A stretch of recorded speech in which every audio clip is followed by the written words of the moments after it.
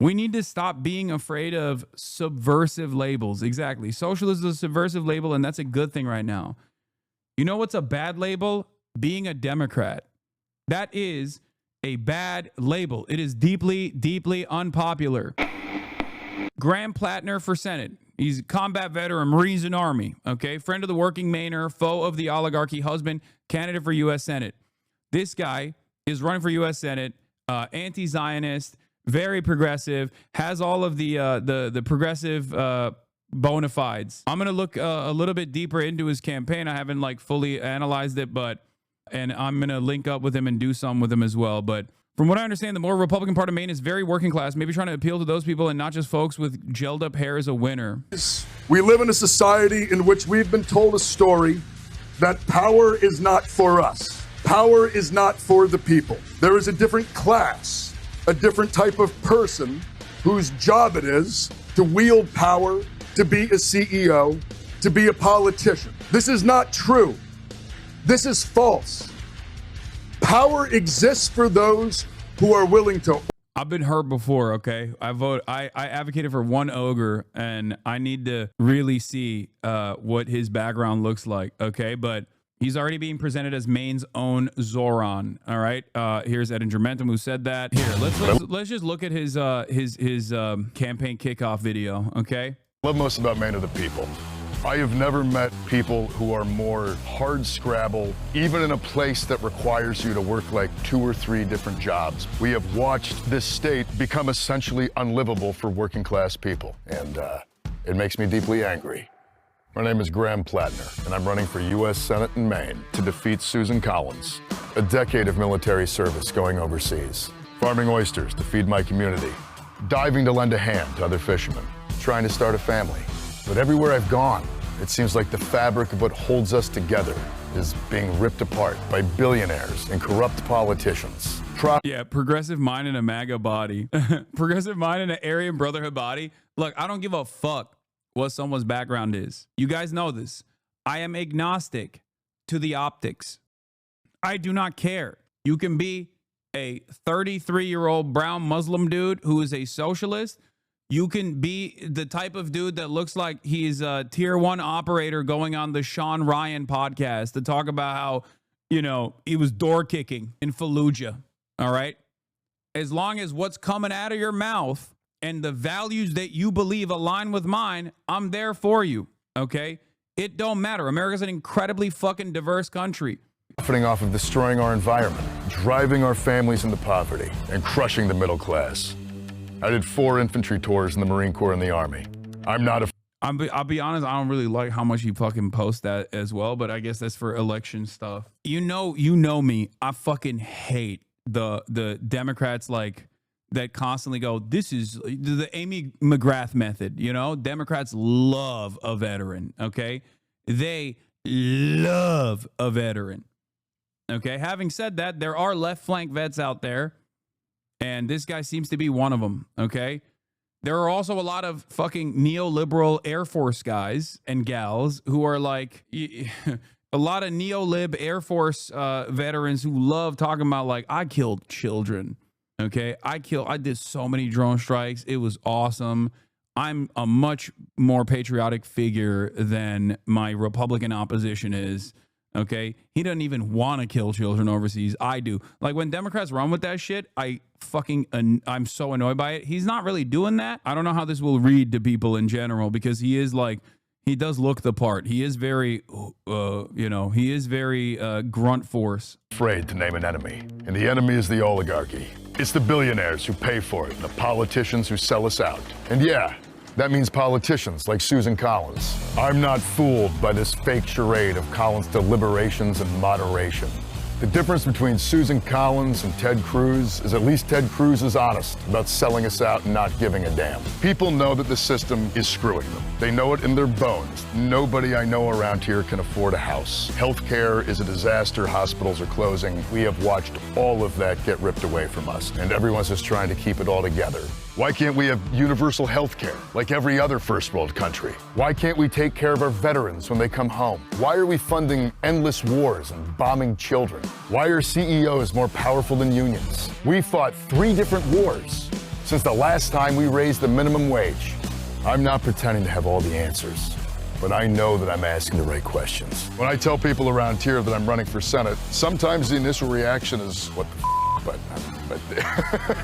but when I tell them why I'm doing it, because I truly do believe that we can build a system that is going to represent working people, the number one response has been, well, thank God somebody's going to do it. You're supposed to. What are his concrete policies? This is nothing. Okay, we're going to get into it, Jessica Tarlov. Fucking calm down, okay? How about you worry about the Fox and 5 appearance that you have today, okay? Calm down, Jessica. Calm it. We're going to get into it. He's got a fucking website. All right, GrahamForSenate.com platform. He's got it. Listen, I totally understand why a lot of people see a swagged out white boy geared up, looking like a grunt force tier 1 operator, and immediately think of John Fetty Wapman. Okay, I get it. We've been burned before. We've been burned before, and I understand it. You just, like I said, only time will tell. But as far as his platform goes, like, I mean, he's actively speaking out about this stuff too. Like, I mean, look, Graham Platner to Prem Tucker on Zateo said there's a genocide that is occurring in Gaza. And at some point in the not so distant future, we are all going to be looking around and realizing that we failed the ultimate moral test of our time. The reason why I'm saying like, I'm warm to this person is not because like I'm a bro with progressive ideals, but also because, this is John Betterman. The reason why I'm warm to this guy is because of who he has surrounded himself with, okay? His team, from what I have seen, is fairly solid. Fuck, man, I'm scared because Fetter fuck hurt me so bad. But yeah, I will be going and interviewing him and stuff and getting making a better assessment in the future. To fight for the things you love. This is our home. And I will fight tirelessly for it, for you.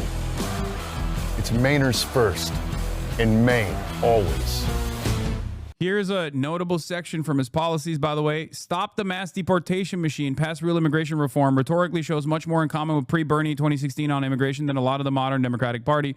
Our government is kidnapping people off the streets and imprisoning them in hellish conditions. This is unconscionable. It is long past time for serious immigration reform. Unfortunately, many multinational corporations have no interest in this.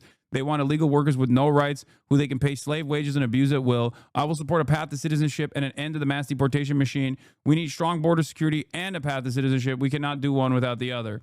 I don't love we need a strong border security talk, but match your expectations to what you see from the rest of the Democratic Party, and this guy stands out. It's good to be critical and make an assessment off of like everything that they're communicating. Where I stand, Maine is becoming unaffordable for thousands of us. Why? Because we have a government by, of, and for billionaires who are building a billionaire economy that none of us can afford.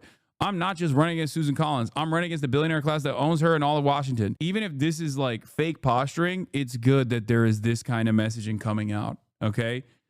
This is what every Democrat should be saying, including Pete Buttigieg. This should be the thing that Democrats are fucking screaming from the mountaintops, okay? That is what they should be pushing all the time. We should not settle for politicians who speak in vague generalities about policy. Here's where I stand. Most importantly, I want to hear from you as this platform grows and develops. Overview. America's entered a new gilded age. We have a government of, by, and for billionaires. We have direct consequence of disastrous court decisions capped by Citizens United that have allowed billionaires to buy elections. As a result, they have built a billionaire economy, one that creates explosive growth for a tiny privileged few, for a handful of billionaires and multinational corporations, and inflation, stagnation, and decline for the rest of us. In 1990, there were 66 billionaires in America. Today, there are over 900. When you look around, do you see a community that is over 10 times wealthier than 1990? And so, while my platform spans many issues, I view most of my job as a U.S. Senator to do things. 1, to ban billionaires buying elections. 2, to dismantle the billionaire economy in favor of an economy that works for the American worker. For small businesses, for the vast majority of Americans, I will be a senator for all those who can't buy senators. So here's the thing. In order to put together a coherent political campaign, you need to talk about what you stand for. You need to talk about who you want to defend. And more importantly, perhaps, something that is very much missing from the Democratic Party's method of communication, you need to talk about who you despise and who you oppose. Targeting billionaires who are unimaginably powerful figures, but their numbers are minuscule, okay, in comparison to the 99% of Americans, is good. You need to fucking position yourself against villains. Democrats don't do that.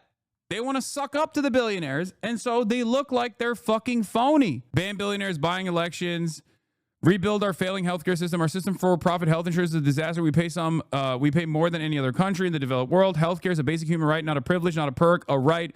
As a veteran, I'm fortunate to receive quality care through the VA, but Americans should not have to put on a uniform or fight in misguided foreign wars just to get decent healthcare. Every single person in this country deserves good healthcare, no matter who you are.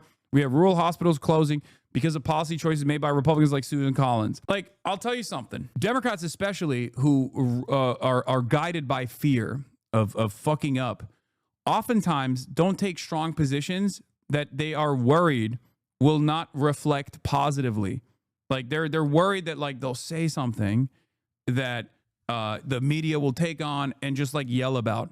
Israel's a great example of this. Some of them are indecent charlatans, and some of them do have this misguided fear that if they speak out against Israel, that they won't actually be rewarded by the population, by the broader population, which they will, 100,000%. But they are worried that like people will come and fucking petition their speeches and things like that. They'll get suppressed by all of the different organs that are pro-Israel that have made themselves irreplaceable, seemingly, in the eyes of the DC bubble in American politics and in the American media system. I think a guy like this could just like very easily also take a strong anti-war position, given his background, to be like, I don't think we should be doing any of these fucking wars at all. I think it's a jobs program, and it's utterly ridiculous how much we are destroying the next generation so that they can get a leg up. These systems, these social services should be provided unconditionally to every single person living on U.S. soil, and that on top of that,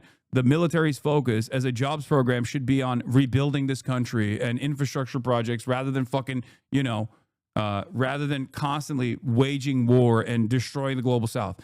That is a position that a guy like this could take, okay? I don't know if that's something that he genuinely believes or not, but that's something that many people would be so afraid to say out loud because they're worried that people will go, oh, you're an anti-patriotic fucking terrorist or whatever. It's not a problem to say these things, especially when you got Donald motherfucking Trump, who presents himself, who has the audacity to present himself as an anti-war guy.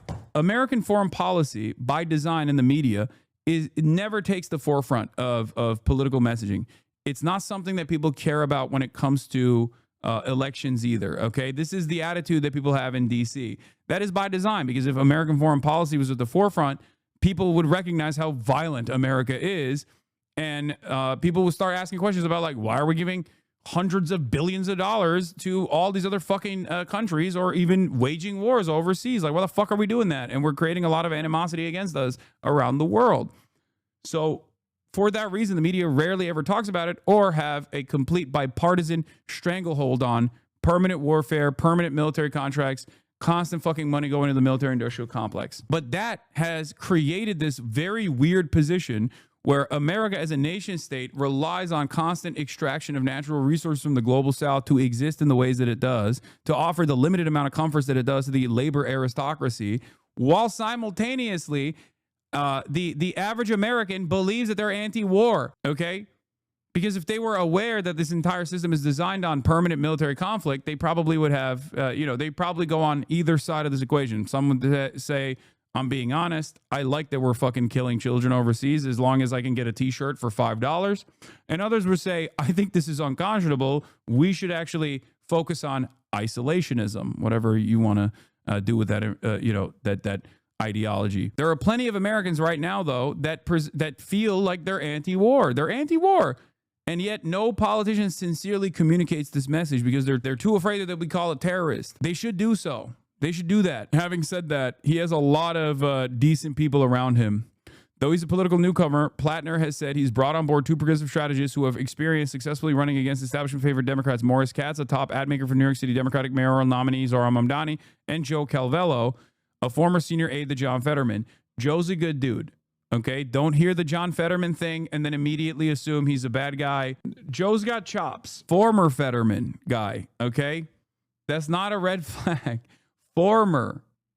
Joe's worked for Bernie, and he is not out of like a lot of these advisors, okay? These are DSA guys. It's not Joe Calvello's fault that John Fetty Wapman got hit with the pro-Israel stroke gun, okay?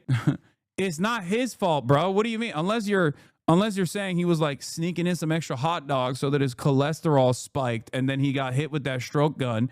I don't want to hear about how his involvement here was consequential in the political evolution, or rather devolution and regression of the fucking ogre man. Americans pay more for prescription drugs than almost any other country on earth. That makes me deeply angry. When I'm in the Senate, I'll stand up to corporate greed and fight lower drug prices by empowering. I will end the shameful practice of subsidizing drug companies. I think you should just like also go along with like a tangible position like Medicare for all. You know what I mean?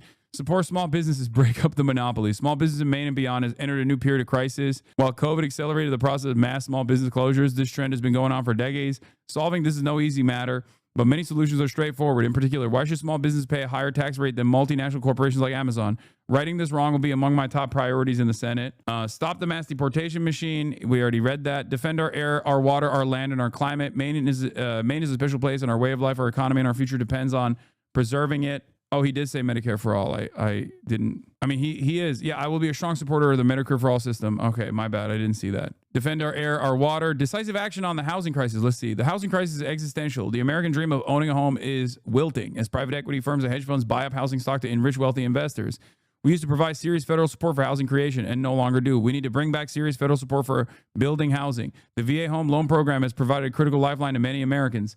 I don't think that loans are the best possible way to fix the housing crisis. I think a federal jobs program that is designed around building more housing, that is publicly funded and is like public housing.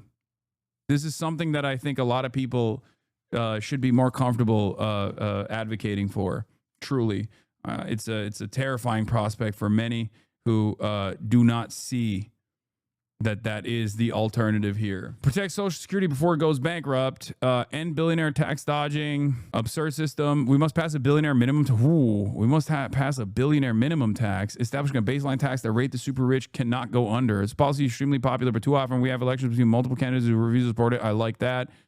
Uphold tribal sovereignty and self-determination. God damn. That's woke as fuck. That's cool. That's do you think pub housing, if you work for the government, local or fed, like the way military does it? I mean, the military doesn't do pub housing either, technically, unless you're on a base. And dudes literally get married to get off the base in general. I think public housing should be done in the same way that is done in places like Vienna. Right now, the housing solution for everyone, even the boldest thinkers, revolves around the public-private partnership. I say fuck that, okay? I think that's a major, major problem. Strengthening our working waterfront, support unions to bring good jobs to Maine. Union means higher wages. I think people should also be unashamed of calling themselves socialists as well. I don't think it has that stink that people think it has. I know maybe I'm bubbled in here to say stuff like that. I think it's not a thing that you should fear. It's not a moniker that you should be afraid of. It actually, I think, presents you as a different kind of Democrat, the good kind of Democrat, like a Democrat fighter. I think the association with the DSA and any other like left flank organizations will be seen as a positive and not a negative, in the way that like liberals have fucking deluded themselves into thinking for far too long. What I mean by this is there's a lot of enmity towards the Democrats because of their inability, because their lack of interest in fighting back against the Republicans. If more and more Zoran style candidates are propping up left and right, you are bubbled in. This is Maine. It doesn't matter what people fucking call themselves. What matters is what they advocate for. Okay. That's it. That's it. And this guy has got good policies. Okay. Turn off the fucking liberal brain that causes you to lead by fear. Liberals need to stop being fucking cowards, okay? And even people who call themselves like Marxist, Leninists and whatnot still have that lib-ass attitude. It's not worrisome. Those labels, especially at a time when the Democratic Party is unprecedentedly unpopular, when it is supposed to be the opposition party to a deeply historically unpopular president and an unpopular movement, calling yourself a different kind of Democrat is not a bad thing. Wait, what? Yeah, man, DSA with 85K really gonna make waves? The liberals are too plugged into the Dem machine to ever go third party. I'm not saying, bitch, did I say this man should run as a third party candidate? He's running as a Democrat. What are you talking about? Hello? I'm saying that presenting yourself within the existing party structure as a different kind of Democrat is a good thing. You guys hear whatever you want to hear. People are desperate for change. People want someone who is going to break down the way that the institutions have operated at the behest of billionaires and corporations and the wealthy. They want that. Dude, one of the best things that happened immediately after Zoran was Republicans quickly claiming that maybe Nancy Pelosi wasn't a socialist at all. They used to say Nancy Pelosi's a communist, Nancy Pelosi's a socialist. And then when a real socialist came in and became a national figure, they very quickly turned around and were like, well, you know, we used to just lie about Nancy Pelosi being a socialist, but it turns out that she's not really a socialist at all. Where are the reasonable Democrats? All it took was for one guy to threaten the existing duopoly in a fucking Democratic mayoral primary to become a national politician for them to turn around and actually immediately start conceding.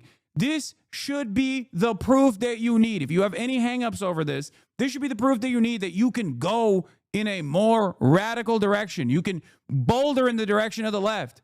This will, by default, make those centrist Democrat style candidates seem better overall anyway to the Republicans that are in the margins, the Republicans who are in the center right, because they go, oh, well, I guess this guy is better than Zoran. I'm scared of Zoran. And it's even better if Zoran is able to become mayor and do a good job. We need to stop being afraid of subversive labels. Exactly. Socialism is a subversive label, and that's a good thing right now. You know what's a bad label? Being a Democrat. That is a bad label. It is deeply, deeply unpopular.